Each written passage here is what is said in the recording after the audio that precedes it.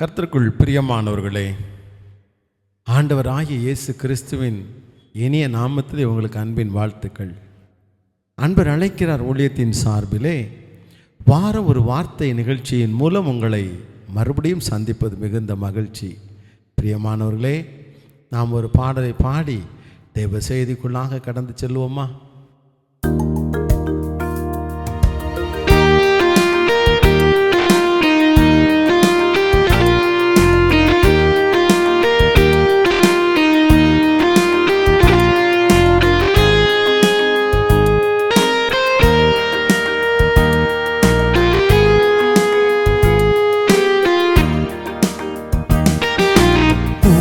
உமக்காகத்தானே ஐயா நான் உயிர் வாழ்கிறேன் ஐயா, உமக்காகத்தானே ஐயா நான் உயிர் வாழ்கிறேன் ஐயா. இந்த உடலும் உள்ளமெல்லாம் அன்பர் உமக்காகத்தானே ஐயா. இந்த உடலும் உள்ளமெல்லாம் அன்பர் உமக்காகத்தானே ஐயா.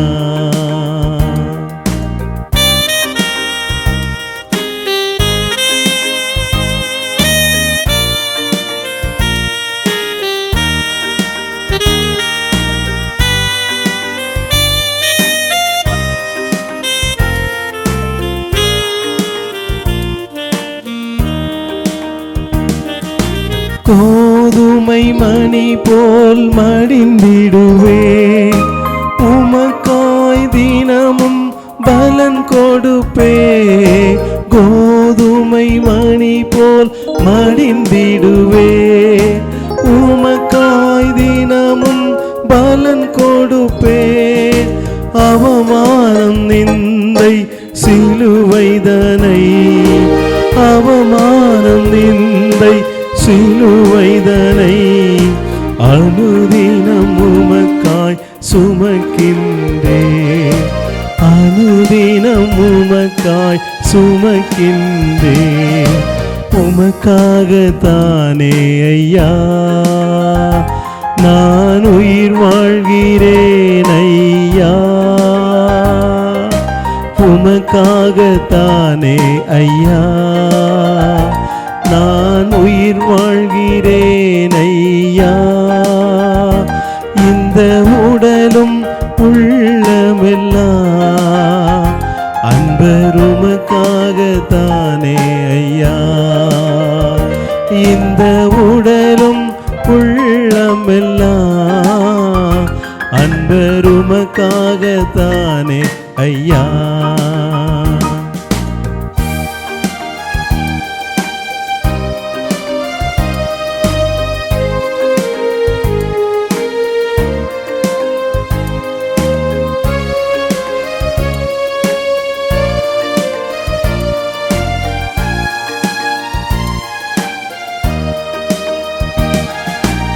எனது ஜீவனை மதிக்கவில்லை, ஒரு பொருட்டா நான் கணிக்கவில்லை.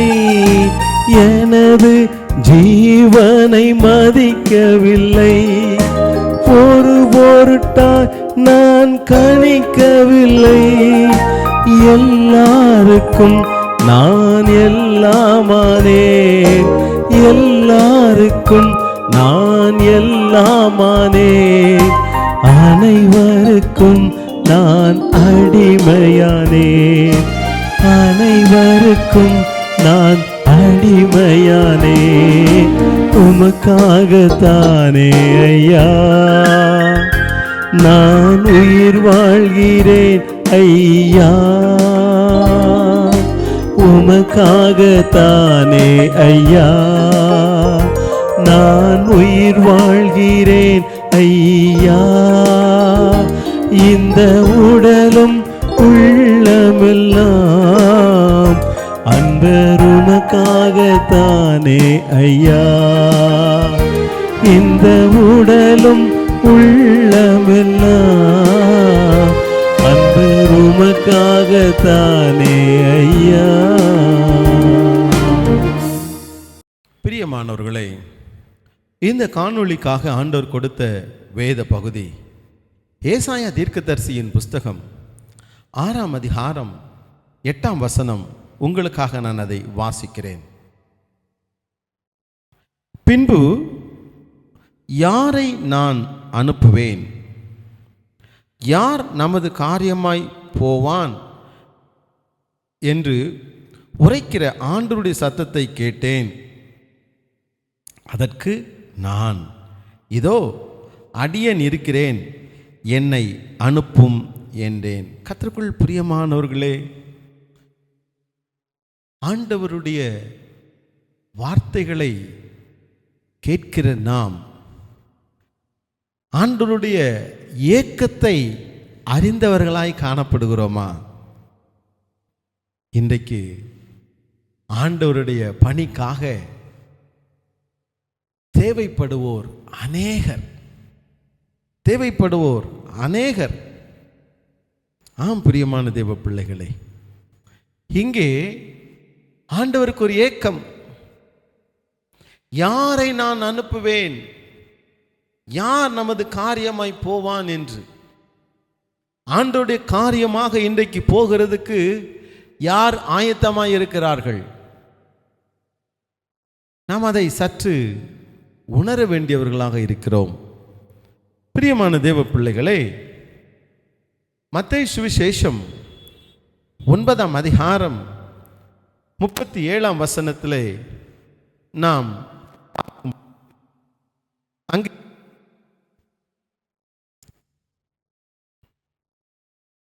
அவர் தம்முடைய சீஷர்களை நோக்கி, வேலையாட்களோ கொஞ்சம் என்று சொல்லுகிறார். எஜமான் அறுப்புக்கு வேலையாட்களை அனுப்பும்படி வேண்டிக் கொள்ளுங்கள் என்று சொல்லப்படுகிறதை நாம் இங்கே கேட்கிறோம்.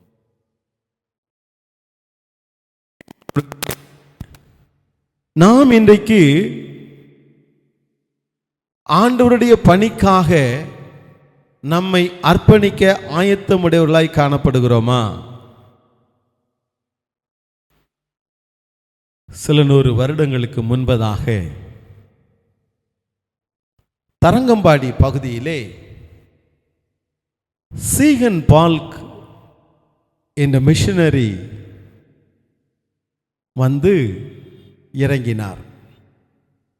அவர் டென்மார்க் பட்டணத்தைச் சேர்ந்தவர். அங்கே திருச்சபையிலே கொடுக்கப்பட்ட ஒரு அழைப்பு. யார் எனக்காக போவான் என்ற அந்த அழைப்பை ஏற்று இந்த இந்திய தேசத்துக்கு அவர் கடந்து வந்தார். கடந்து வந்து தரங்கம்பாடி பகுதியிலே கடற்கரையிலே அவர் இறங்கினார். ஆனால் அன்றைக்கு 300 ஆண்டுகளுக்கு முன்பதாக அங்கே ஆட்சி செய்து கொண்டிருந்த வெளிநாட்டவர்கள் அவரை அந்த ஊருக்குள்ளாக வருகிறதுக்கு அனுமதி அளிக்கவில்லை. அந்த கடற்கரை மணலிலேயே அந்த பட்ட பகலிலே வெயிலின் கொடூரத்தின் மத்தியிலே அந்த மனிதன் அங்கேயே நின்றாராம். அன்றைக்கு அந்த ஒரு மனிதனுடைய தியாகத்தினாலே இன்றைக்கு நம்முடைய கரங்களிலே நம்முடைய சொந்த மொழியிலே நாம் வேதாகமத்தை வைத்திருக்கிறோம். ஆம், அவர் வேதத்தை முதலாவதாக தமிழிலே மொழிபெயர்க்கிறார். எத்தனை கிருபை பாருங்கள். அவர் கொஞ்ச காலம்தான் மிஷனரி பணியை செய்தார். ஆனால் பல காரியங்கள் அந்த தரங்கம்பாடி பகுதியிலே நாம் கடந்து செல்வோம் என்றால் அங்கே அவர் இன்றைக்கு துவங்கி இருக்கிற நிறுவனங்கள் பெண்களுக்காக மற்றும் வாலிபர்களுக்காக அவர் துவங்கி இருக்கிற நிறுவனங்கள் ஏராளம் ஏராளம். பிரியமான தெய்வ பிள்ளைகளை, குறுகிய கால ஊழியம், ஆனாலும் கூட அவர் தன்னை முழுமையாக அர்ப்பணித்திருந்தார். யோவான் எழுதின சுவிசேஷம் நாம் பார்க்கும் பொழுது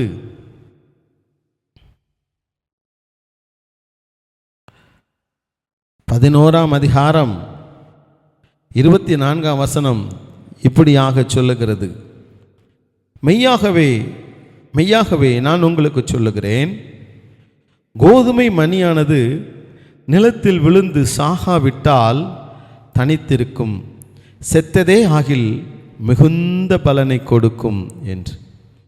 அவர் இள வயதிலேயே தன்னுடைய ஜீவனை இழந்தார் என்பது அவருடைய சரித்திரத்திலே நாம் உணர்ந்து கொள்ள முடியும். பிரியமான தேவ பிள்ளைகளே, அன்றைக்கு ஒரே ஒரு மனிதன் சீகல் பால்க், அவர் மிஷினரியாக தன்னை அர்ப்பணித்து இந்திய தேசத்துக்கு வந்து இங்கே வேதாகமத்தை தமிழில் அவர் தமிழ் பயின்று வேதாகமத்தை தமிழில் மொழிபெயர்த்து நம்முடைய கரங்களில் இன்றைக்கு கொடுத்திருக்கிறார். அதன் விளைவாக இன்றைக்கும் நாம் இயேசுவை அறிந்திருக்கிறோம், ரட்சிப்பை உணர்ந்திருக்கிறோம். இன்றைக்கு பெற்றுக்கொண்ட இந்த ரட்சிப்பு மற்றவர்களும் பெற கடமைப்பட்டிருக்கிறோம் அல்லவா? மற்றவர்களும் பெற கடமைப்பட்டிருக்கிறார்கள். இன்றைக்கு இயேசுவை அறியாதவர்கள் மத்தியிலே நாம் ஆண்டுடைய அன்பை சொல்லுகிறதுக்கு ஆயத்தமாக இருக்கிறோமா? நம்மை நாமே அர்ப்பணிக்க ஆயத்தமாக இருக்கிறோமா? அர்ப்பணித்து ஜெபிப்போமா? இதுவரையிலும் ஆண்டவருக்காக ஏதாவது ஊழியம் செய்யாதிருப்பீர்கள் என்றால் இன்றைக்கு ஒரு தீர்மானம் எடுக்க முடியுமா? நான் ஆண்டவருக்காக ஏதாவது செய்வேன். ஆண்டவருடைய ஏக்கம் என்ன தெரியுமா? யாரை நான் அனுப்புவேன், யார் எனது காரியமாய் போவான் என்று. கண்களை மூடி ஆண்டவரை நோக்கி பார்ப்போம்.